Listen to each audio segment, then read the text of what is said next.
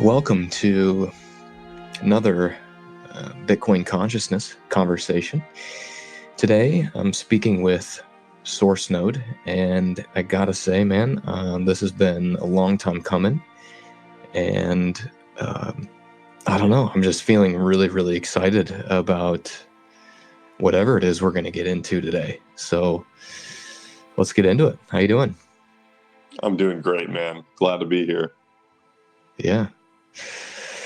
So, did we get initially connected through Ioni Appleberg? That is possible. Okay. I think I found you through the decentralized consciousness group somehow. Yeah. I liked the branding. It really resonated with me. Yeah. But what we've been. Could be. Yeah, it might have been. It might have been somebody else. I can't remember because I did a pod with him, and then I remember he connected me with someone, and I thought it was you. But anyway, super excited to have you in our community group, and your inputs have been super helpful. You've got a lot of really great resources to share, which I appreciate. But I think one thing that really excited me to talk about today was some of the projects that you've been working on. So the ones that I would like to touch on, there were the podcast, which the name is escaping me now. It's like, I'm not even going to try. It's the Holotropic Lecture Series. Yes, super cool project. Admittedly, I came to this conversation unprepared. I haven't finished it, but it is a super cool project, which actually if I'm not mistaken, has led you to your current project, and we'll get into that too. But you also started a book this past Thanksgiving, which is awesome, and the new podcast, I guess. It was those three things that I wanted to cover. So first, I guess, because I truly don't know a ton about you, so whatever you're willing to dox, I'd love to learn more about those projects. Sure, yeah. So the lecture series was a passion project that culminated from just really wanting to share the tools that help me to liberate myself from the matrix, the fiat matrix, the big pharma matrix, the psychology today, sort of everyday rat race existence that most people are stuck in. I'm both blessed and grateful to have found my way out of that to a large degree. At the same time, I'm still in it because everyone that I know and love is still in it. But that's why I made the lecture series. I made it to provide some breadcrumbs to kind of indicate what I see as the tools I use to get myself out, right? It's not what's going to work for everybody. But I also created it more broadly to support Bitcoiners, anybody who has any interest in developing a spiritual understanding or a understanding of psychedelics and how they're used in a responsible manner. That's why I created it, because I know there's a lot of overlap between Bitcoin and psychedelics. And there's a lot of Bitcoiners that don't know anything about psychedelics. Mm-hmm. And I thought it might be helpful to make a tool to kind of bring the Bitcoin ethos into that space and to bring the psychedelic knowledge into the Bitcoin space. So a bridge of sorts, I suppose. And at the same time, it documented my personal spiritual journey. I've been recording a new episode once a year since I finished the series. So I've got 3 episodes out over the last 3 years. Yeah. The integrations, right? Yeah. The integration. Yeah, exactly. Yeah, so that's the lecture series. I could go on to the next one if you want. Well, let's stop. Yeah, I just want to talk a little bit about this project, because I think what's, first of all, really, really cool is that I can sense, even with the first few episodes that I have listened to, I can sense that you genuinely, which is, wanted to do this, and there wasn't necessarily an intention that was rooted in like a fiat nature. So you weren't trying to get a bunch of followers. You weren't trying to, build this show. You genuinely just wanted to make something and share it with others because you thought it would be valuable. And what's really cool about that is it's kind of led now to the project that you are working on now. So it's hard for us to understand, coming from the fiat world where it's all designed to be action and result, and planning action and result, but instead, you just took a path of genuine desire to create and share something which you think is valuable, and it's opened a big door for you, which is really, really cool. I think I want to touch on, I'm really curious about your experience, and maybe you do because I haven't gotten to these episodes, but to touch on some of the experiences that you've had with psychedelics, or at least I know that they can be very personal, but do you have some stories that you could share? Oh, sure. Yeah. And I could be as specific or non-specific as I want. So I appreciate the sensitivity around that. I also appreciate you seeing my intention behind it, because it really has been a labor of love more than anything. And you're right. I didn't do it in the traditional way. I didn't do it to gain followers, and I haven't, but it's connected with the right people, and right. That's what it's all about. So, and what's cool is, like, in Marty, sorry to interrupt you, Marty, Marty Bent, he started a newsletter just for his friends and family, and it was called Marty's Bent or something like that. And it was about Bitcoin. And now he's grown, into his project, into this big podcast, which is now TFTC. And it's the same exact thing. It's just like, I just want to share this with the world. And, oh, hey, I see someone in my life who I think would be interested in this. I'll share it with them. It's kind of like just having this thing that you've created in your back pocket that you can share with individuals whenever it feels right, kind of thing.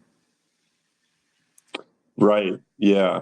That's exactly, there's a couple episodes on my podcast, for example. There's one about crypto that if somebody comes at me trying to talk to me about crypto, like, I can send them a link to this episode. Yeah. And exactly. It's a pre-rehearsed conversation, so I don't have to get into it, So it's really a tool for my own efficiency in a way. And I love that idea, because that one is a really important elevator pitch to have ready. Yeah, it's constant. And then it's up to them fully, right? It's like, if you want to listen to this and put in 45 minutes to consider the arguments that are put forth, then you can probably save yourself a lot of trouble. And if not, then, whatever. So it's up to you. So super cool. Yeah. Anyway, sorry, I interrupted you. We were talking about some stories of the psychedelics. Oh, yeah. Yeah, no problem. So, stories. I mean, where do I start? I could start at the first time I took mushrooms. I was 16 years old, and I was with some friends that I didn't select in a very careful way, because I didn't know what I was selecting for. Nobody was guiding me. I didn't have any real idea about the proper use of mushrooms, or how they even differed from marijuana, which was the only other drug I had tried at that point. It made sense for me to go from a natural drug to a natural drug before doing anything else. I was very intentional. And,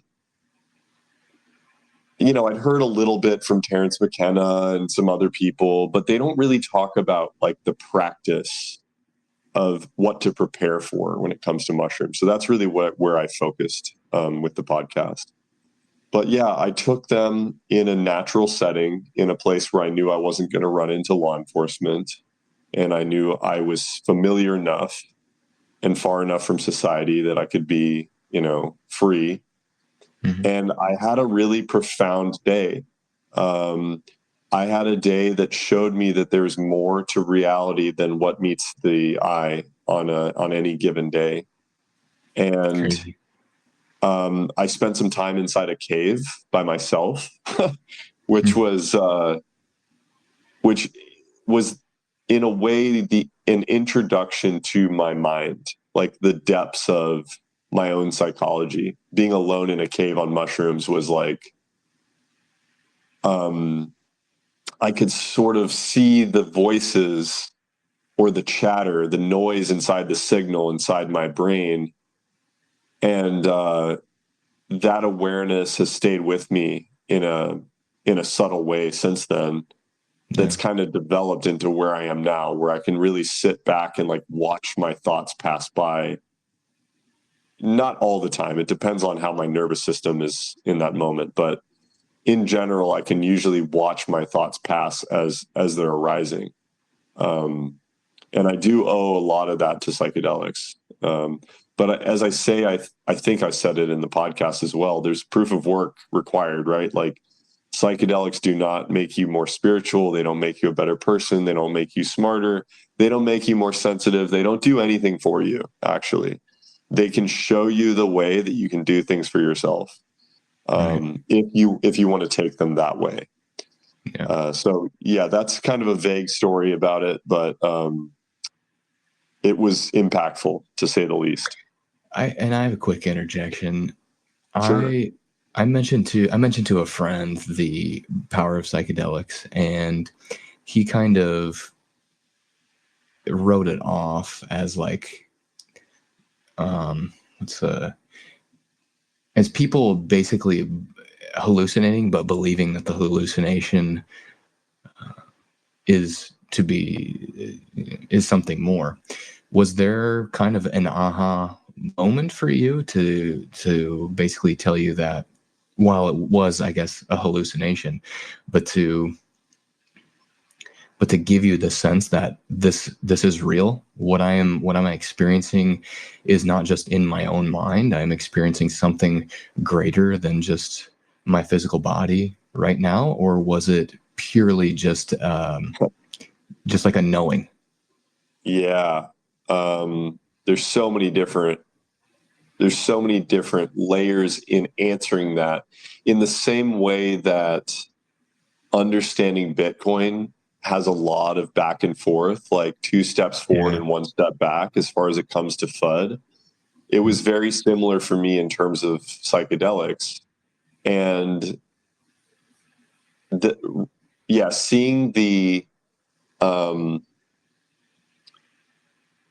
seeing the distortions, right? I wouldn't necessarily call them hallucinations, but the visual distortions that occur when you take larger doses of psychedelics. Right. There's 2 different schools of thought generally. The first is you're seeing something that's not there, and it's an overlay that your mind or your eyes are placing on the reality around you. And then the other school of thought is that the psychedelics are removing an overlay and allowing you to see what's really happening. Right. Yeah. It's like, putting some kind of filter to the side so you can see.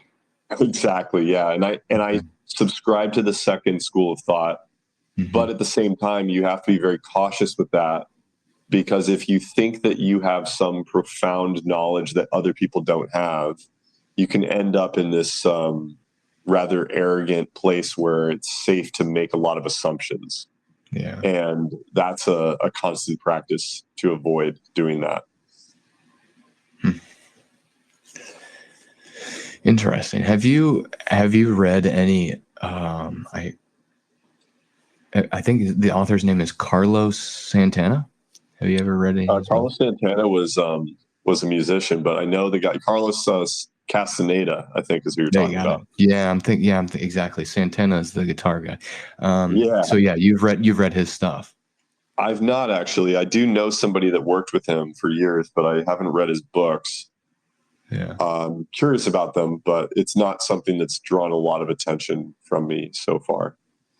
Yeah, I think you'd find him really interesting. I've only read the first book of his. I think I started the second, but the first one where he meets, he's like a Mexican native, like native Mexican. So he's like part of a tribe, and he's very much into taking psychedelics as a spiritual practice and on a regular basis and using it as a tool.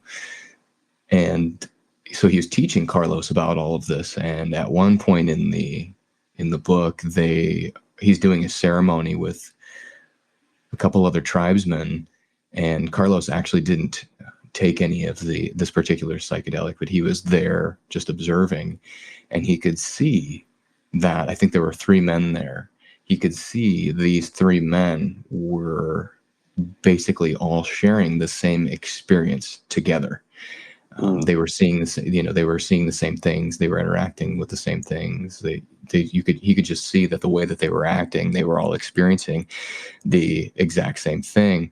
And his teacher says at many times, like when he first introduces him to, and I can't remember the first psychedelic that he does, but when he first introduces him to, there's basically a spirit to the psychedelic, and he says, this is what the experience is going to be like. This is, you're basic when you ingest like the greater consciousness of this psychedelic, and you become one with it. Here is the personality of the psychedelic, and how it shows up for people. It's like it's a being, which is just insane to consider. But this is how a lot of people experience it, which just blows my mind. Yeah, the more time that I spend with real medicine people that practice with plant medicine, ayahuasca, wachuma, hape, combo, which is not a plant medicine, but it's a frog, a bufo, which is a toad. The people that really understand the ecological connection of that medicine to the planet, yeah, and really, really work with it in a deep way, have changed my view of nature, of myself, of everything. And it's a beautiful practice. I mean, it's something that's largely lost in the influencer world of ayahuasca podcasters. Like, I think that there's a lot of sort of popularization of plant medicines as this thing that's in vogue because it's taboo. And I think that's a real bastardization of the actual practice of sitting in ceremony. Not to condemn anyone. It's just, I've seen the difference, between like the Burning Man Instagram person and like the person that sits in the jungle for a week alone. It's like a very different vibe. Yeah, totally. It's a little sad to see it becoming somewhat of a meme. Like, I saw a headline somewhere, and it had a picture of Aaron Rodgers doing a ceremony, and it said something about like psychedelic bros or something, and the psychedelic bro culture. And I'm just like, man, this is not good. But I don't know. It's sort of like Bitcoin in that it's kind of got to go through this bro culture to really, for us to really figure it out, because when we approach the subject of Bitcoin, most of us end up down the shitcoin rabbit hole to some degree. And it's because we're approaching it from the fiat consciousness. We're approaching it from lower consciousness, so it's all we know. And, until we move into a higher state and viewing it from that higher perspective and understanding, because really what are you trying to achieve? And I've never done any psychedelics, but the objective with taking any of these, from what I can see, and from like the perspective of Carlos's book, the objective here is to be a powerful tool to connect you more deeply to yourself so that you can show up as connected to your authentic self in this life as possible. So, similar to meditation and shadow work, or even things like Reiki or yoga, and it's just like anything else. It's a tool to show you things. There are lessons to be learned. There are, you can set the intention to approach things that you have never approached, traumas that you've been too afraid to approach at other points in your life. And that this might be that ramrod that breaks you through that brick wall, kind of thing. So anyway, I'm rambling, but no, that was all true. I totally feel the same way. Cool. So before we move on, do you have any other experiences that you felt like sharing?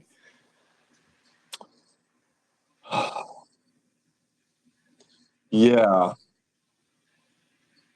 but not right now. Okay. Yeah, another time. All good. That's all good. So is there anything else you wanted to cover on the podcast project, or would you like to talk about the new podcast that you're starting up? Yeah, let's talk about the new one. Cool. Yeah. So because I created the other one, I had a landing page and a platform to send people to, and I'd shared it with a handful of friends, and it's gotten around a little bit, sort of word of mouth with certain people on Nostr and some of their friends and such. And it's gotten some traction there. And then I saw Tuur do a podcast with Peter McCormick about his Ibogaine trip. And Ibogaine, okay. Yeah, I don't know if you're familiar with it. It's a very powerful plant / pharmaceutical medicine, which is helpful for breaking people out of tough patterns, forcing, inviting trauma to surface in a way that can help people break addictions and change other habits. And so anyway, he shared his story on the podcast, and I thought, oh, that's really interesting. I never expected him to go and do plant medicine. Like, he didn't strike me as the type to do that. And at the same time, I literally made this podcast for people like that. People who were Bitcoiners that had been in for a while, who were a little bit more on the straight-laced conservative side, but were interested in learning about psychedelics. So I reached out to him and I sent him the podcast. And he ended up listening to every single episode. It's like 16 and a half hours of content. It's not a small undertaking. It's an audiobook. And not only did he do that, but he also shared it and said, this is one of my favorite podcasts from the whole year, which I was really honored by. So cool. That was such a confirmation. Like, I think for me, if nothing else ever came of this podcast, just that alone was like, okay, good. I did what I needed to do, Right. But you're inspiring me to do more solo episodes. Oh yeah, go for it, man. I'd love to hear more of your thoughts just unfolding. But and on top of that, I've had many other great connections happen through it, including this one. So yeah, then I ran into him in Prague at the conference, and I introduced myself by my normal name, my real name. And he looked at me kind of confused. And then I told him my NIM, and he was like, "Oh, Sourcenode, what's up, man?" And it was fun. It was like a fun little meeting. And then after talking to him for a little while, he invited me to help him start a podcast. So we're in the beginning phases of, we're in the middle of building a studio. We haven't invited guests to interview yet, but we are going through the flows of like how to edit and distribute the podcast. So I don't know. I think certainly Q1 we'll have some podcasts out. Very cool. Yeah, it's exciting, but it's actually changed my entire life. Like I moved physically in order to do this. So how long were you in your previous location? I was living in South Carolina for 8 years. Yeah. And it was good for me because I'm originally from California, and California is beautiful and it's wild, and there's many interesting values there. There's also a lot of values there that I don't agree with anymore. Mm-hmm. And moving to South Carolina provided me with a good balance, to show like the importance of family and the importance of tradition and the importance of religion and all of these things that are kind of thrown out in the postmodern Californian social environment. So, yeah. So what's the subject of the new podcast? So the title of it is Be Real, the letter B and REEL, like Be Real from a film, with the double entendre, of course, Be Real. Yep. But the idea is to have Bitcoin adjacent conversations, but it's not going to be like another Think Boy talk about Bitcoin from a million different angles podcast. And I don't think the plan is to just hit the current events. The plan is to build something that's lasting and to talk about real core issues that are developing in the world, and also to lay a groundwork for what a hyper Bitcoinized future could look like. And I think that's the part that I'm most interested in. Mm-hmm. And Tuur is currently traveling all around the world, meeting people in different places, gathering stories, making connections to get a vision of what this is going to look like. Mm-hmm. Man, that sounds awesome. I'm super excited for you guys and to hear your very first episode. Thanks, man. Yeah. So are you in fiat land while you do this too? No. No. Cool. I mean, yes, like I live in the world. I'm not right. I'm not in a cabin in Montana with my toys, but I quit my fiat job at the end of 2020. I used to work in automotive manufacturing. I was in sales and account management in a manufacturing company. Yeah. And I did that for about 6.5 years. I was quite proficient at it, but it wasn't something I was passionate about. Mm-hmm. And I knew that I couldn't dive into the topics that I was interested in while staying in that world. There was no way that I could have done what I've done in terms of the podcast I created or the work and reading I needed to do in order to put it out had I stayed there. But in that time, I've spent a lot of time just contemplating life, thinking about what I really want, because I was following incentives that were not my own. And now that's fiat for you. Yeah. What's that? I said that's fiat. That's like the definition of fiat, following incentives that are not your own. Them telling you what's important, right? That's literally it. Yeah. So when it was up to me to decide what was important, the question goes real deep. I mean, it's literally is the why of life, right? Mm-hmm. To be or not to be. Like what is the point? That's what you get down to. And anybody who has the capacity to do whatever they want will reach that point. And so I started to look inward and to find answers that were more sustainable and more aligned with my true self, which I had completely lost in the process of going to school and getting a corporate job. I didn't know who I was. And so it took some time to find that. Yeah. Yeah, man. I mean, I struggle with that even now. You know, I don't have a fiat job anymore.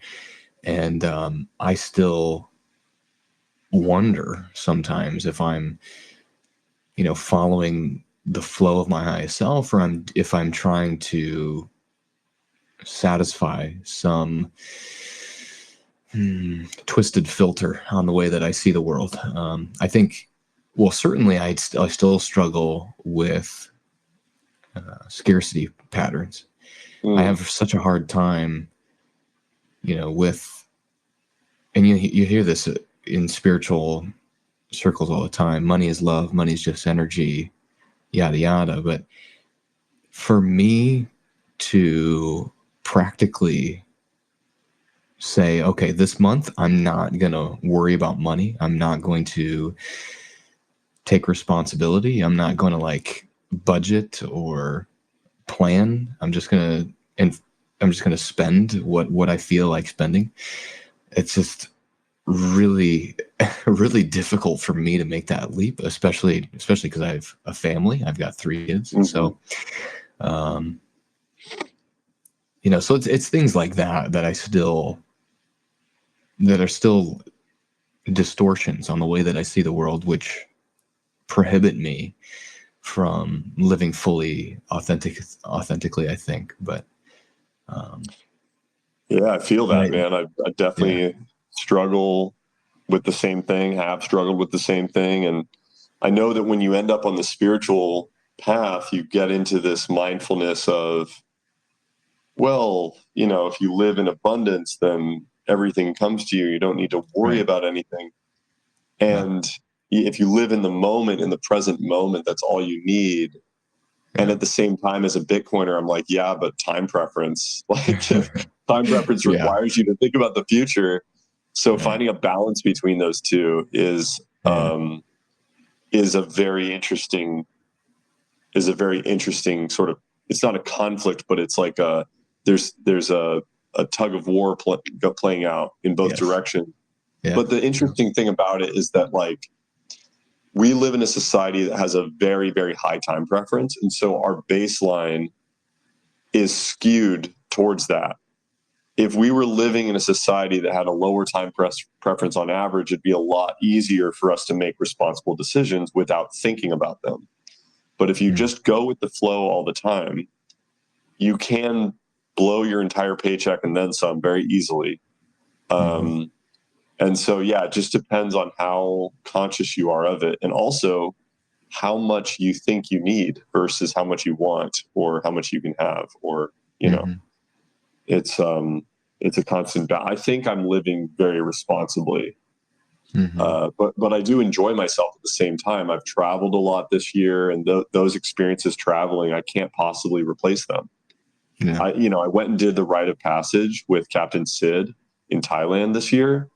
And it was expensive in sats. Like, I'm going to look back at that trip 20 years from now and be like, whoa, dude. But it was one of the best things I've ever done in my life, and I will never regret it. I haven't heard of this. So my buddy, Captain Sid, who I met in Prague also, Bitcoin Prague is a great conference, good vibes there. He does a motorcycle tour in northern Thailand. And I specify northern Thailand because it's a way different vibe than like Bangkok and Pattaya and Phuket and all that. Like, it's northern Thailand is like a different country almost.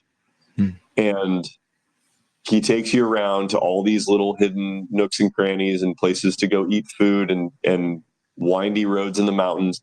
Meanwhile, you're on a bike with a bunch of Bitcoiners that have all been vetted. Like, you have to get references to go.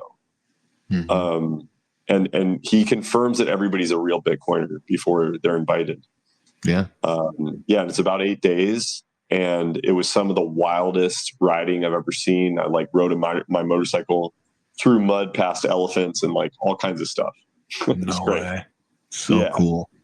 Yeah, it was amazing. So is he from Thailand, or how did this start for him? He's from Philly, I think. somewhere on the East Coast. I'm pretty sure Philly, Jeez. maybe Chicago. Gosh, I should know this, but he moved to Thailand, I think, before COVID. And now he's met a girl over there. He actually proposed to her while we were on the trip, which was adorable. Yeah. It was easy for him to get it on camera that way. We were at this beautiful restaurant in the mountains, and he proposed to her. And so, yeah, no, he's staying in Thailand. Yeah, he loves it there.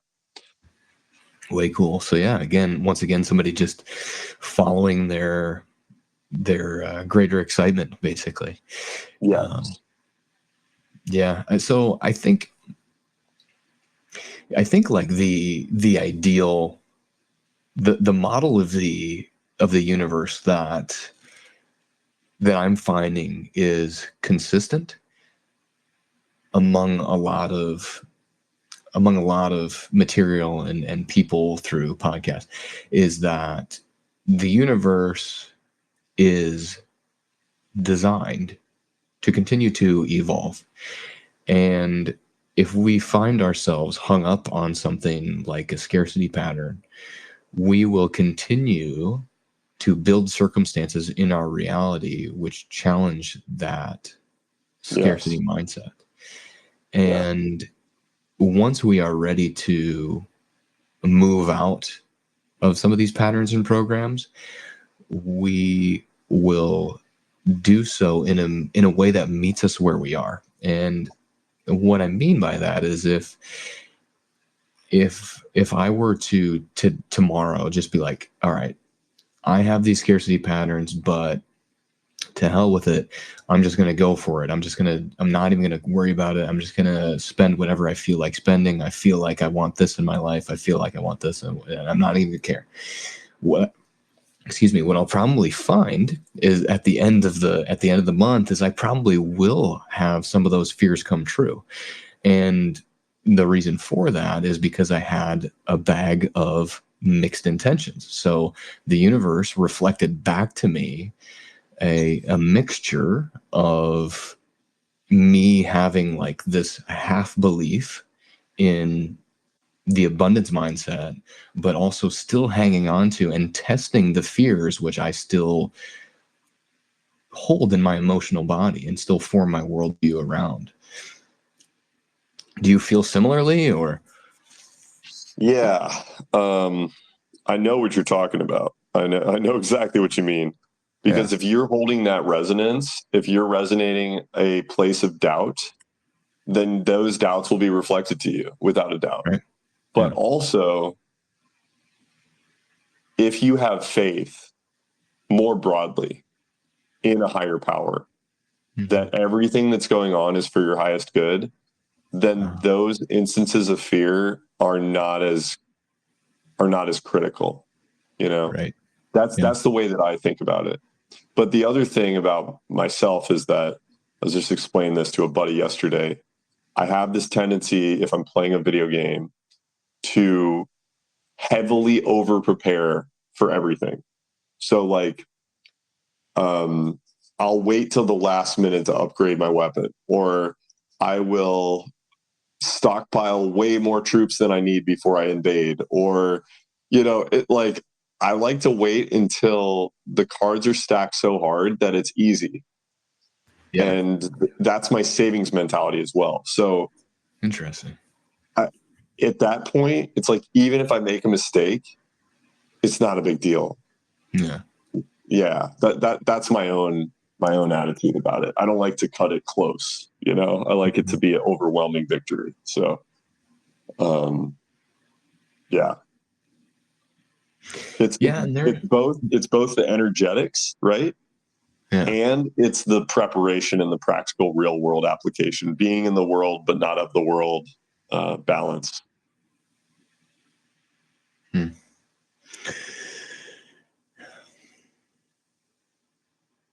Yeah. And everything that we experience in a way is the flow, right?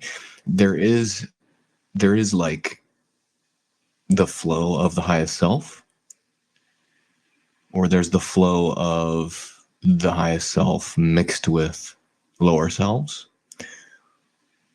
or there's the flow of just the lowest self, the self that's just completely asleep and, running on fears. I mean, it's all designed, right? It seems like it's all designed this way. So we're all experiencing exactly what we want to experience when we want to experience it. It's just we, I think, happen to be in this weird purgatory between the lower self and the higher self. So we're very aware of what's going on, even if we're not aware at the moments that it's happening. We still turn back and we say, why did that happen? Why did I have that experience, that uncomfortable experience that I did not enjoy? Or why did I act this way? Why did I get so triggered? You can look back and you can work through that kind of stuff retroactively too. So it's interesting because for me, I just want to be like, how do I get through this? I don't want to deal with this stuff anymore, but not wanting to deal with it is also a pattern in itself too. It's not unconditional acceptance at the same time. Yes, right. That's actually what I was just thinking to say. I don't usually lean on those terms, higher self, lower self, because in it, there's a judgment in it inherently. Yeah. And there is only one self, there is no separation. And the self is everything and it's nothing. And so what I usually think of personally is the things of which I'm conscious and the things that I'm not. And some of those things I'm not conscious of are serving me, and some of the things that I'm not conscious of are not serving me. Right. And so uncovering those can be really uncomfortable. And then once I process them and integrate them and can let go of whatever I need to let go of, it's like I'm liberated in a whole new way, Mm-hmm. And it does. Sometimes the work is like not convenient, the timing, and it's exhausting. And it's like, haven't I been through this enough now? But that's what we're here for, in a way. If you choose it, there's ways to turn it off. You can ignore it if you want. I don't. I've made a conscious choice not to ignore it and to go deeper and deeper and deeper into that, and it has benefited me. But it's also made me outside of society in a lot of ways. I don't do a lot of the things that are commonly normal to most people these days, as a result of my awareness around how those things affect me, which can be a little isolating, but you just got to find your tribe gradually. Yeah. Have you connected with anybody at your new locale? Yes, actually, so many people. It's awesome. It's an adjustment, but yeah, it's a good vibe here in Austin. I like it. Yeah, there are a lot of Bitcoiners there. There are, yeah, and the Bitcoiners are. I just keep meeting new ones all the time. Yeah, it's tremendous. Oh, that's super cool. Why don't we talk about your book? You're continuing to write? Yeah, I'm about 40 pages into a book. I do not know how long it's going to be, but the idea is to provide a framework as I see it for this renaissance that we're engaging in. Mm-hmm. In a way, I think that Bitcoin is going to be the leading edge of that renaissance, because Bitcoin is going to be the center point of the energetic potential around it in terms of capital allocation, which is what's going to really steer the ship. And so I think it's important to communicate with Bitcoiners about a shared vision, right? It's not a vision that I'm asking anybody to adopt. It's a vision that I'm asking people to maybe look at and consider. Yeah. And if they like it, they can adopt it and expand on it and change it and modify it. It's all open source. Do what you want, But the idea is like, it's not just about liberating yourself. We are working together as a collective of Bitcoiners. I mean, some Bitcoiners are like hyper individualistic and they're like, no, there's no such thing as collectives. But if nobody else wanted to accept your Bitcoin for payment, it wouldn't be worth anything, right? So like, it inherently requires multiple people. And so as we coordinate, we get stronger. And if we can coordinate to build communities that make our families stronger, make our education system stronger, make our food network stronger, make everything better, make the materials that we wear and build with healthier, these are the things that I think we've really lost. That like, if you look at Amish society, they don't have autism or diabetes or cancer because they have stayed closer to nature.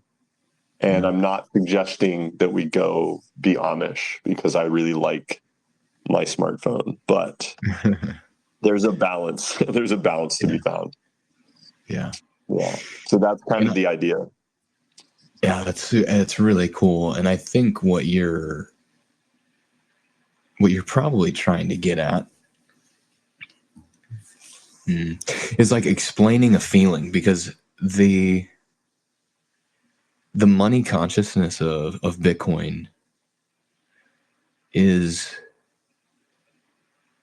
really, at the end of the day, I think it's just a feeling, because it's a feeling of faith and knowing that my valuable time is being stored on this ledger, essentially. You have there's a lot of rational back and forth to get you to that point. But just like we trust dollars as being something, like when any adult in the United States sees that green piece of paper with one of the presidents on it, they immediately know that, hey, that's something that I have a feeling about that thing. That's something that is useful to me. It's not just like a worthless piece of paper. And so just like the money consciousness of the dollar or Bitcoin, there's a consciousness to living a life with a more well-connected intention, perhaps. Like I give an example. In my life, I have quickly become really fed up with social media. Like, I just have a hard time scrolling through even Twitter. Like Twitter, I can scroll through for a little bit, but after a while it's just like I just have no interest in engaging with it. Whereas if I go on Nostr, it's a little bit more interesting to me, because there's not the people that are trying to connect with. They're not really, I don't know, the people that are trying to connect with the fiat consciousness ideas of social media influencing and all that kind of stuff. So I guess what I'm trying to say is that in the Bitcoin economy or the Bitcoin society and these collectives, and we're doing things it's almost like a libertarian utopia. What does that actually look like? There in my ideal world for libertarian utopia is that I'm living life as a human being who just genuinely enjoys learning, growing, and expanding. And so that might mean that I become a pretty good fisherman for a time. And because the people in my tribe, my community, see that I become a good fisherman, they might say, hey, will you teach me how to do that? And for my time, they might zap me some value. And and if you just imagine a world like that, where everybody else is, instead of chasing some kind of pipe dream or something, that we are instead chasing fulfillment, chasing, connection to something deeper. Yeah. I paid Trainer Dan for some dog advice the other day on Nostr because I had dog questions. Nostr is a post-fiat reality already. Yeah. It's like you're right. We're not trying to click into the fiat consciousness. And I deleted my Twitter over a year ago now. And I can notice energetically a huge difference between the people who spend time on Twitter and then come over to Nostr and post versus people who are only on Nostr. There's a huge difference in their vibe. And it's noticeable only to the people who don't have a Twitter because everybody who still spends time on Twitter doesn't realize how noisy it is. Yeah. And I posted a note about this on Nostr too, because when I grew up kind of on the maybe you'd call it retail side of the internet, where individuals were starting to sign up and get the internet in their homes. So when I was a kid, we got dial-up internet, and back then the internet was so freaking cool because people would build forums where they would just go on and share stuff, and they build communities and build stuff like open source software, just like Bitcoin. And there was really no perverse incentive. It was just like, this is a passion project of mine, and in my physical community around me, I don't have a lot of people who I can share this stuff with, but here on the internet, this is a place to do that. I can just share my genuine value. And you can also do things like this with spirituality, where I am going to have a really hard time communicating a lot of these concepts with people in my friends and family, because it is so, a lot of it's so departed from what they know. I can't have that level of authenticity, but you can have that level of authenticity with people on the internet, because it's just like, hey, I'm just going to put this out there, and whoever it resonates with, they'll come to me. Right. This is like at the beginning. This was at the advent before all of the algorithms. It was just basically kind of just like your podcast, word of mouth projects, and bringing people together. Yeah, and I'm not sure how long Nostr is going to stay like that, but that's exactly how it feels right now. Right. I think it could be maintained. It's all choice, right? Because but everybody's going to use it a little differently. It's just like Bitcoin. Everybody saves in it for a different reason. Yeah, I mean, it's a communication protocol. So, if somebody wants to build an algorithm that's just like Twitter, and they want to scroll through the clickbait, they can certainly do that. But if they want to connect on something more deeply, I'm sure that an algorithm can be built to do that too. Web of trust, more of a web of trust based kind of algorithm versus just like a engagement kind of algorithm. Yeah, I'm weaving that into the book as well, because the web of trust is not just going to be online, it's going to be in real life too. For example, if you lived in a citadel and Sam Bankman-Fried wanted to come visit, would you be, like that would be a no-go for me. And so there will be people that are excluded from this community, or maybe there will be sort of layers of admittance. And I know that exclusivity can be harmful at times, and it can be harsh for some people, but I think it's essential for a healthy functioning society to exclude some people from some activities because of their behavior. Yeah. there's a lot of scammers that need to be held accountable. Yeah. Yeah, you definitely have a good point, because what that triggers in me is like this inclusion programming that we've all been subjected to for decades now, where you should love everybody, and everybody's an equal. I guess that's a part of our founding document for this country, is that everybody's an equal. However, I completely agree with you that it's not about discriminating in the sense that I would say the mainstream culture is trying to force us to believe, but instead it is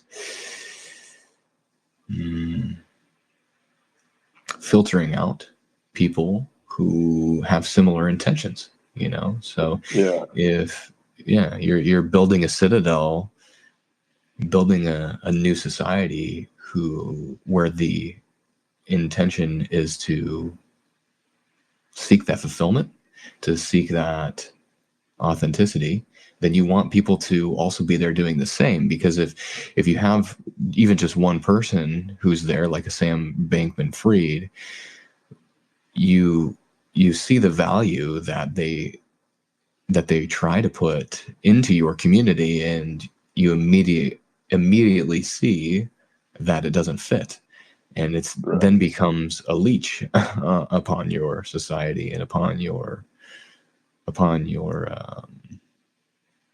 culture, I guess. Right. Yeah. I don't know if you've read Hans Hermann Hoppe, but No. he basically argues that if a group wants to be exclusive, and if they want to have a policy that only allows certain types of people to live there, it's best for everyone if you allow those people to do that, because then they all go to that place and they live by their values, and the pros and cons and everything that come along with that, they experience that over there, right? Yeah. To allow people to live by their own values without forcing your values upon them is, I think, the only way to have peace, really. Mm-hmm. The policies of postmodern 2025 reality, where everybody has to have the same stuff or whatever, is harmful. Actually, it's forcing people to get along or whatever, or forcing people to be inclusive is never going to work, in my opinion.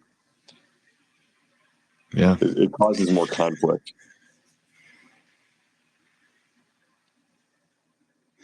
Yeah, there's something that I noticed in your podcast feed that I wanted to hit on, and it's more rational, I guess, than spiritual. But I am curious how spirituality would play into it. But the title of the episode is something like conflict resolution. Oh yeah, the communication episode about NBC.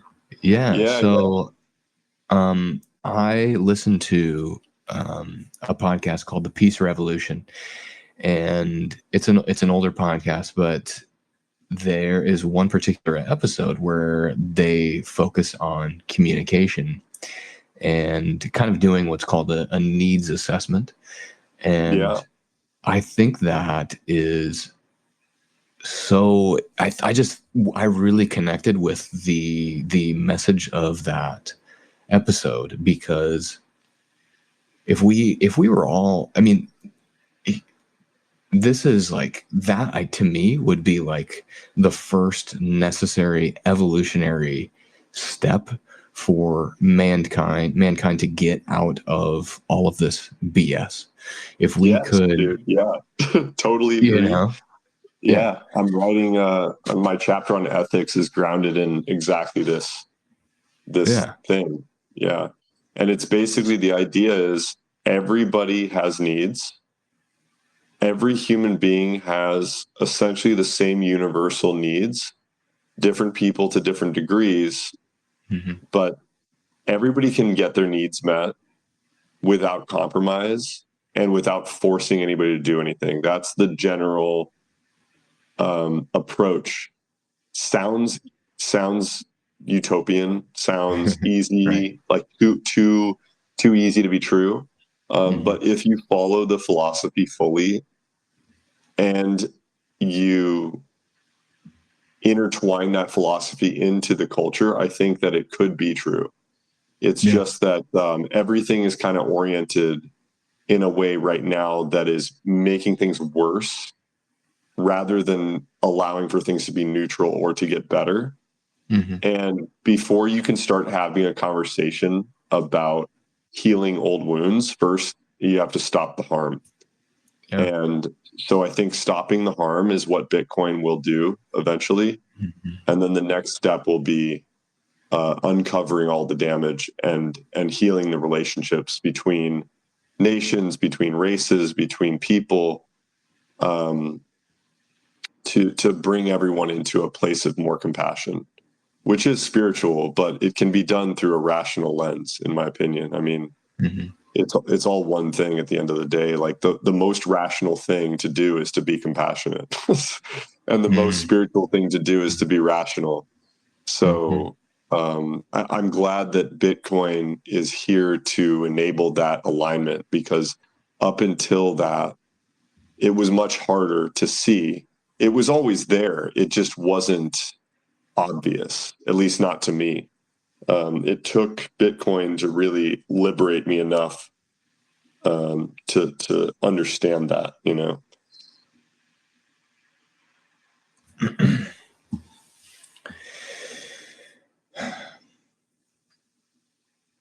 Yeah, the spiritual element of that, of the communication, it's definitely there, and I think that's ultimately where it has to go. Just to give you an example, so let's say a husband and wife are fighting about something or come to a disagreement, because we're not at this point, this is even before a fight, but they come to a disagreement, or maybe the husband is doing something that the wife doesn't like, but she goes to the husband and they work on a genuine needs assessment. What did you call it in the communication episode? Yeah, It was so needs assessment is good, but it actually starts. So I could walk through the process really briefly. It starts with an observation where you say, this is the thing that happened. So you left an upper decker in my toilet. And when that happened, I felt disgusted and angry and disappointed because I have a need for cleanliness and respect. And so like basically what you do is the observation is the upper decker. Then you talk about the feelings. It's important to talk about the feelings and not skip right to the needs, because the feelings part is the part where you can really connect to somebody heart to heart, because everybody experiences feelings. So when you say, I'm feeling sad, then I realize, okay, there are times in my life where I've also felt sad, and like I know where he's at right now. And it makes a real empathetic, energetic connection, right? And then you can get into the needs, and you can say, because I have a need for cleanliness and respect and consideration. Those are the needs that are not being met by you leaving an upper decker in my toilet. So like, then the last step is the strategy. And the strategy might be, please just use the toilet like a regular human being next time. Yeah, right. That would be a strategy. But some people, they just jump straight to the strategy part. They don't talk about the needs, the feelings, or the event. They say, stop leaving dishes in the sink. Okay. And not only is that not a request, that it's a command, it skips over the connection part. Right. And it just, it's like using your words like a weapon almost. So that's why the system is called nonviolent communication. I don't particularly love the title, and neither did the guy that invented it. He used it mostly because that's what enabled him to to get the message out there. But I would probably call it compassionate communication is like the way I think about it, or heartfelt communication. So anyway, that's just a silly example, but you get the idea. Well, but I love the example because there's also the perspective of me who left the upper decker, right? So maybe my, of course, you yeah. know, my, right, let's talk about my needs. So I think it's funny, you know, like it makes me feel good because I think it's funny, you know. So, and I have a need to, I don't know, feel appreciated through comedy, let's say. Right, there you go. Yeah. You know, so and so it's like, and then knowing these things about one another, we can come to a solution where I can be appreciated for comedy, because then you can say, oh, okay, so I have a sense of humor. Here are things that I find are funny that don't break my needs for cleanliness. You know, maybe you could try those kind of things. And then there are also times, and this is where the spirituality, and you could call it shadow work, or whatever you want to call it, comes in, is if you hit a wall. And this happens a lot in relationships, where, you know, you'll hit a wall where the wife, she says, well, I need this, and the husband says, well, I need this. How do we, these two things, these two needs just simply don't jive. And there are compromises, right? So you can take turns. So you could say, if I have to sacrifice my need to meet yours, then we'll just take turns, and we'll kind of, and that would be called a compromise. Or we use this as an opportunity for each of us to understand where these needs are coming from. I mean, and I guess kind of the way that I think about it right now almost is I'm seeing this almost like a last resort, and it really shouldn't be. You know, if we go back to our previous example too, I think that any need can also be looked at from a spiritual perspective. So, you know, you had mentioned that you connect cleanliness and respect, right? So if I'm not keeping your stuff clean, you are feeling disrespected. So there is a way that you are seeing the world, which is causing you to feel disrespect when someone else is not creating the world or treating the world around you in a way that you expect it to be treated, which is actually in a way out of your control, you know. You can control the way that I behave, but there are still other things that happen that are not, and your reality around you will bend in ways that you just can't control it. So there is an opportunity in that scenario as well for you to work through something too. Yeah, there certainly are instances in which people have needs assigned to themselves that are not reasonable or that could be adjusted. That does happen. What Marshall Rosenberg, the guy who wrote NVC, what he said is that there's no compromises in NVC. Everybody can get their needs met without any compromises. But to be completely honest, I'm not a Kung Fu master black belt with NVC, and I can't tell you how that works. Right. By snapping his fingers, he could come up with an example or 10 examples of instances in which that could be supported, what I just said. But I do think he's correct. I think there are ways to address these things without compromise. And one of the things is that sometimes people are speaking a need as a need when it's really a want or a specific strategy.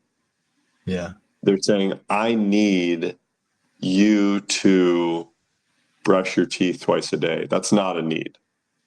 That's a strategy. So it can be kind of pedantic and technical in ways, and it can get a little exhausting. I found that when I first got into NVC, I really got burnt out on it a couple times, but at this point, I've kind of woven it into my life in a way that feels more natural and less scripted, and it's been a huge payoff. I mean, it's changed all my relationships, because when people are saying things to me now, I can hear it through a different lens. I can hear it through the lens of feelings and needs, even if they're not using the words correctly. They're saying all kinds of things, blaming people, accusing people, and shouting strategies instead of talking about the core issue. I can hear that there's a need behind that, and sometimes I can slow the conversation down to a point where we can get to the core of it. But it just depends how much bandwidth I have. It would be a lot easier for me if more people knew about it and could speak this language, in the same way that the world would be a better place if everybody accepted Bitcoin. It's like, if I could expand the NBC network, like, conflict resolution would become so effortless and easy. And it's almost as transformational to me as Bitcoin. In the same sense that people feel passionate about orange pilling people. Like, I would love for everybody to learn NBC, but the ethos of NBC, like, strictly forbids you forcing information on anyone. So it's like, that's the ethos of Bitcoin too, I think, at its core. At its core, yeah, but in practice, not always. Bitcoiners love telling other people what to do. Yeah, exactly. And I had I just had a conversation with Monica Bravo on this very, very same subject. It can be confusing for us as people who believe that the empowerment of the individual is what life as a human being is all about. But yet it excites us so much, and we want to live in a world where everybody is so empowered, because, well, we won't get into the because yet, but we want to live in a world where everybody is, empowering themselves at the deepest level that they can.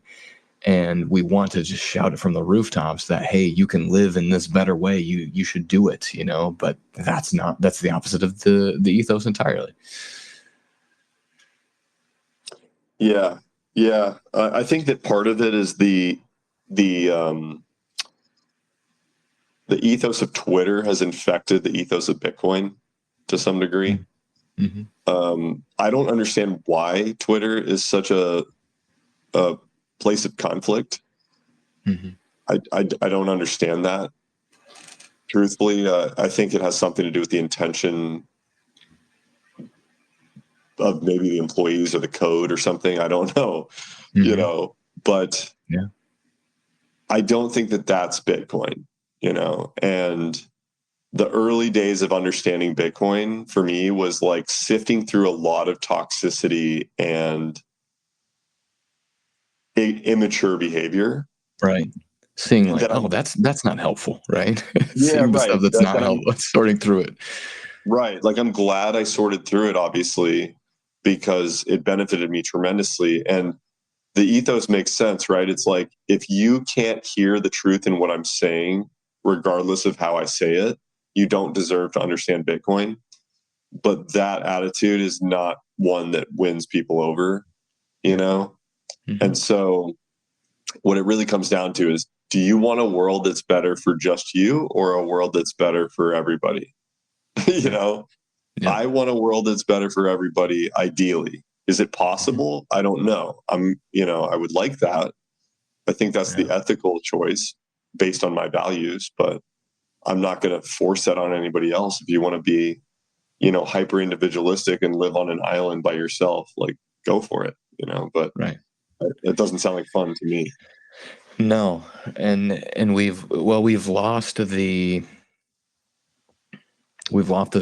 sense of what we can do as a community of people who are able to communicate and understand one another's needs and work together with nonviolent communication. It's difficult for a large group of human beings who don't know one another, and I'm talking about just like the United States as a whole, I guess. It's hard for us.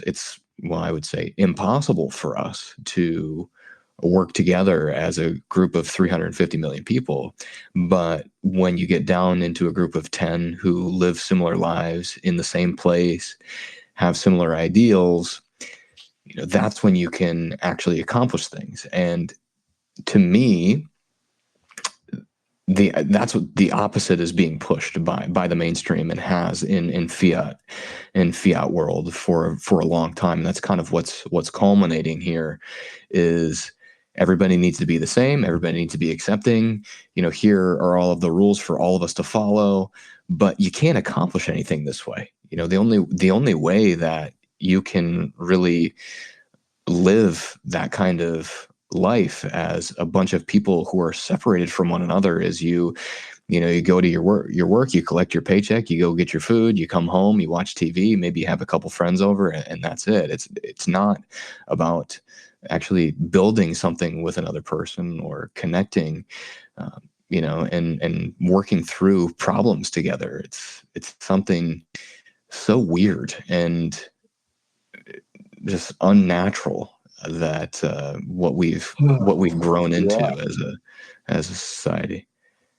Yeah, when you were saying that, I was thinking, of course, that's the way people are behaving. Like, we're all coming out of like 100+ years of trauma, more than that, like way longer than that. Really, it's like 2,000 years, 10,000 years of trauma since wheat was was harnessed. But in the last 100 years, the amount of warfare that has been inflicted on the populations of different countries by the populations of other countries, and then those people go home and they raise children, and they drink alcohol to try to forget what they did in the war, and then they raise their kids emotionally damaged, and then those emotionally damaged kids raise kids emotionally damaged, and it just goes on and on. And then you have drug abuse that adds to the fire, and now we have like cell phone addiction that's separating people even more. And you talk to people out on the street and they're so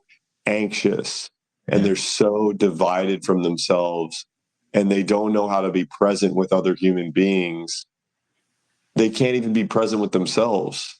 They're constantly in a storm of distractions that they've created for themselves, which I totally understand. Like, I'm not judging any of it, because what else are you going to do when you're suffering that much? That's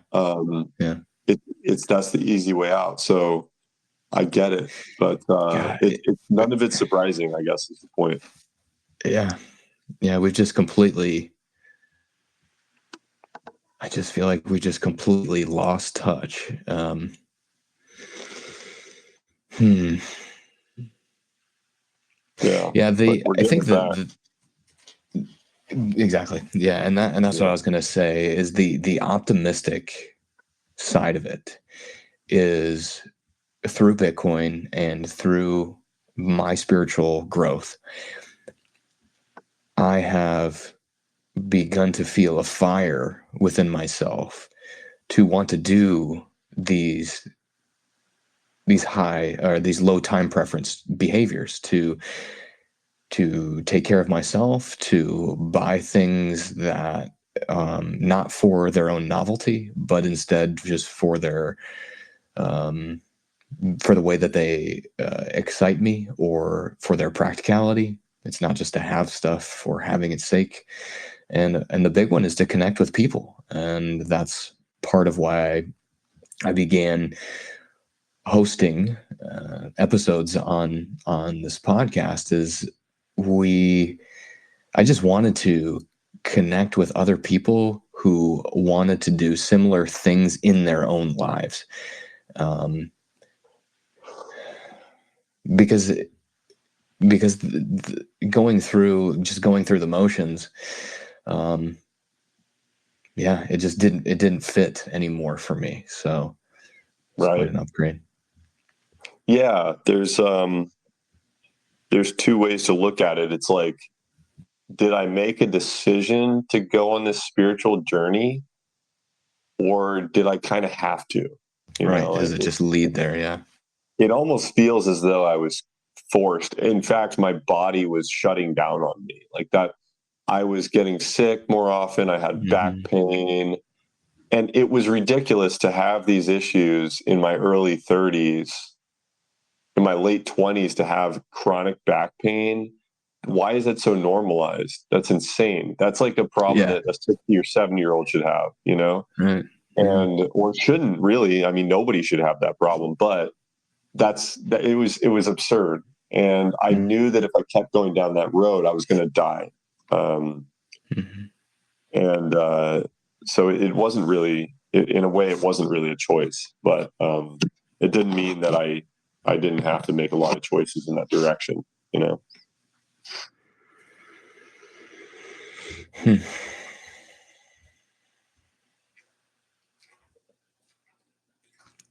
just going to take a moment and see if anything else comes up, because we've been at it for an hour and a half.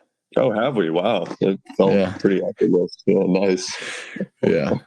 Ooh, ripping. Yeah, it's been super fun talking to you. All Bitcoiners have super, interesting stories, but I really connect with yours because your authentic project and the journey you've been on is really cool to me. So thank you, Caleb. Yeah, I hope we get to meet in person one day. I think it will happen. Yeah, for sure. Yeah, I'm really intrigued by places like El Salvador and conferences like BTC Prague, where it seems like there's so much high signal there. Yeah, the conferences are hectic in a way,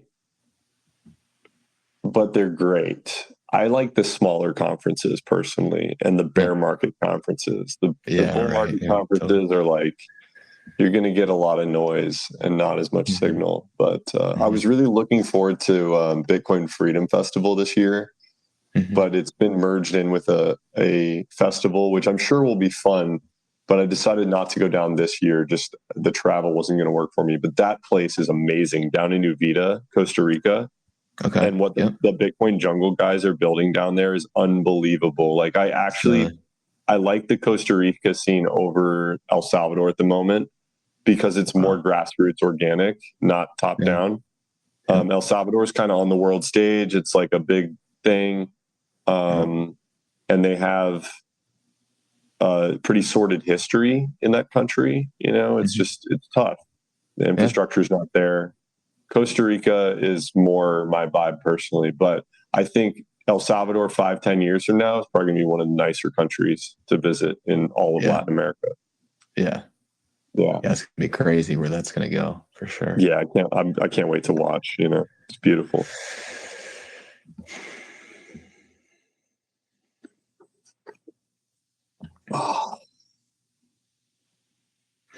Yeah, I think that's probably a good place to wrap up. Is there anything else that you wanted to add to our conversation this evening? Yes, there are 2 books for anybody who resonated with what I was putting out. There's 2 books that I really like to mention. The Presence Process by Michael Brown. I think that if more Bitcoiners read and did that process, the world would be a better place. And the next one is called Oneness by Rasha. That book is amazing. It's those 2. Although she says something about not eating meat, and I was like, I'm not there yet. I know, right? I don't know if I ever will be. Yeah. Right. I heard something really cool in connection to health, and it was okay. So I was listening. It was a podcast about Jesus and the way that, but it was like a non-Christian, I should say, perspective on Jesus. And they were talking about what his diet would have been, which was eating things that were alive or just taken from life. So that means like when you're eating fruits and vegetables, you're plucking them right off the vine and you're eating them right there, because that's when it has the most life and vitality. And the same for animals. So you go out and you hunt and you don't have a refrigerator, so you think you go back to your community and you take that deer or whatever, and you cut it up, and you have a feast that night, and you sustain yourself with that animal that was just alive, and you respect it, and you appreciate it for what it was and what the earth had given you. And so, because I've also gone back and forth from a spiritual perspective. Is it like, should I be taking the life away from something in order to sustain my body? Is the earth actually providing this thing for me to do this? Or, I mean, what's the difference between an animal that can show, I guess an animal can show pain and a plant can't. So that's the main difference, is that it has life. It can look at you in the eye. You can connect with it in a different way. But I don't know. But when I heard that perspective, it was validating, I guess, my current lifestyle anyway, which is I do like to eat meat. So yeah. First of all, I love Jesus forever. Mm-hmm. I was reading the Bible today, and it said that John the Baptist was eating a diet of locusts and honey. So you can live whatever kind of life you want, and you can be a spiritual being. If you want to eat bugs and be spiritual, you can do that too. Right. That surprised me. I found that quite funny. But I feel very aligned with eating beef. I would prefer probably to be eating bison, elk, and duck because they're native to North America. But we wiped out most of the bison in a attempt to wipe out the Native Americans. And I would love to see the bison population repaired in the U.S. I do not know what that looks like, but I would love to see more native species brought back for game hunting rather than what we're doing now. But I hear you on the aliveness of the food. That reminds me of something my buddy Govinda told me down in New Vita. He eats raw vegetables. That's all he eats, is uncooked vegetables. Right. And he said the same thing. He's like, all of this is living food, and everybody's got their thing, and I respect it. Yeah. Yeah, absolutely. Yeah. It's like, as long as you're not doing it from a place of spiritual ego, it can be hard, because, you want to do what's right by yourself, by your highest self, and I guess by the greater humanity. And so it's easy to look at the world by judging it and seeing yourself as spiritual and them not, kind of like what you were saying earlier with the higher and lower selves, and just instead of seeing yourself as separate from it, but instead you understanding that you are one with it.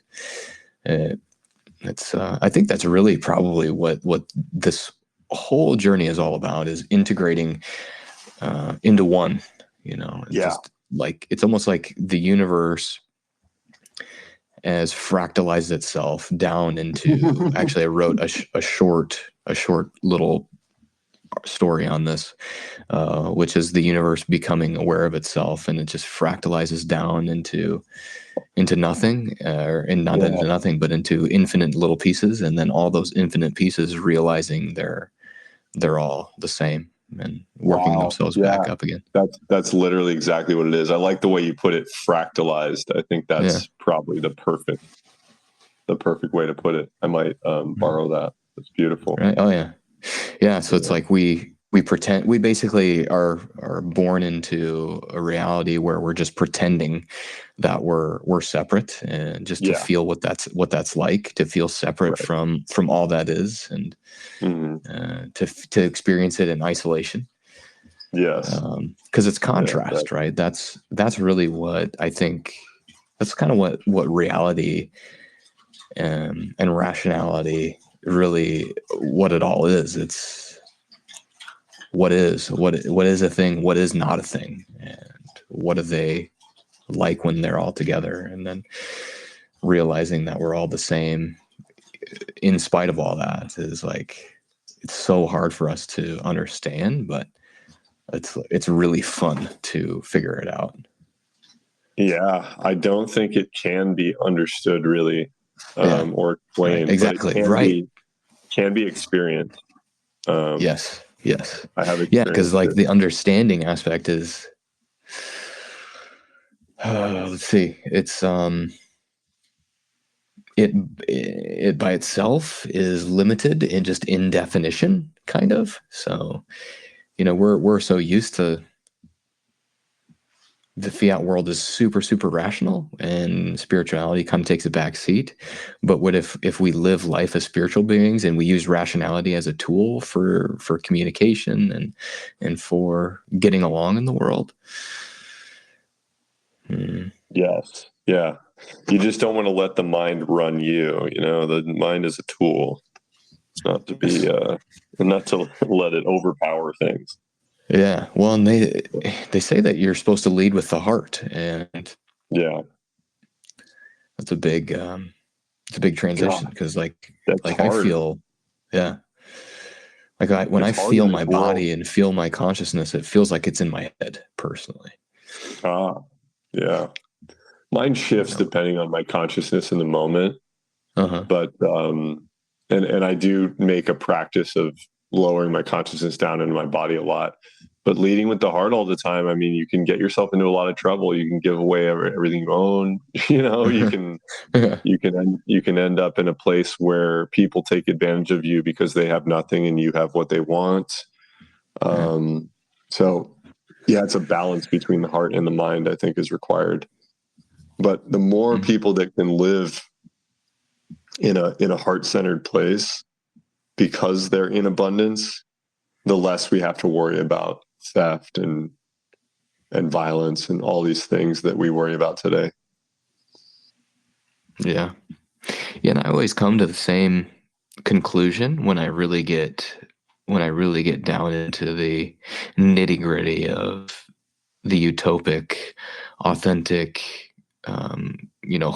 totally authentic human race, which is that I don't think we actually necessarily need money in that race, because if we're all or in that reality, because if we're all just living in flow and doing what we enjoy, I think that the greater design ultimately just takes care of us. So we'll find that we won't have to worry about where our next meal is coming from, but instead our interests and our passions will take us to the next meal, and or bring the next meal to us, and we don't really even have to think about any of that anymore. It just becomes like this gigantic playground where everybody is just flowing, and things are just working out in insanely and unexpected ways, but because there is no expectation, it just works out. Yeah, that sounds like the kingdom of heaven. I mean, it's Yeah, possible. exactly. It's here Exactly. now. It's just we get in our own way. Right. Yeah, Yep. it's within Yep. all of us For to sure. do that. For sure. That's Yeah, right. The kingdom of heaven is within you. That's right. yeah. Cool, man. Well, this has been super fun. We should definitely do it again, or if I'm ever in Austin, I would love to get together. It'd be really cool to meet you in person. Oh, absolutely, man. I've got a couch you could crash on if you want to come out. Yeah. Awesome. Yeah. Well, is it cool if I bring the 3 kids and the wife? Oh yeah, to stay on this one couch. Absolutely. Yeah. Well, 3 kids, man. Good for you. I'm proud of you. Yeah. That's Dude, great. it's been crazy. Yeah, I just bet. transition to full-time dad, and so I'm taking care of the 3 kids. And you talk about a spiritual journey, a spiritual test. It's been quite a challenge, and I knew it would be. That was a big reason for wanting to do it, is because I knew that the main reason for not wanting to do it, because it would be too difficult. And I didn't want to let that be the reason for not spending time with my kids all the time. Right. So Yeah. I'm gonna let go of that version of my life, let go of that timeline, if you will, and I'm gonna work through this stuff, and we're gonna have an awesome family as we go along and work through some of some of those That is resistances. fantastic. I know you're going to look back at these years and you're going to say, I'm so glad I did that. You know? Right. Yeah. Yep. For sure. Try to be the change as we've been hinting at this whole time, just being the change and making the change within and letting it reflect out. Yes. All right. Oh yeah. Do you want to, how do people connect with you do you have a way for people to look up your new show yet? Not the new one, but if you want to go to my landing page, it's at sourcenode.xyz. And I have links to my Bitcoin magazine articles and my podcast on there. My NPub is on there, so you can find me on Nostr. If you search Sourcenode on Nostr, you can find me there too. I am not on any other social media, Nostr only. But down to hang out, chat with anybody, say good morning, Good Cool. times. Yeah, that's great, man. Well, thank you very much again, and good luck to you in the new endeavors, and we'll continue looking for more communications in the community Telegram group too. So absolutely. Thanks for taking the time, man. It's great chatting with you. Yeah.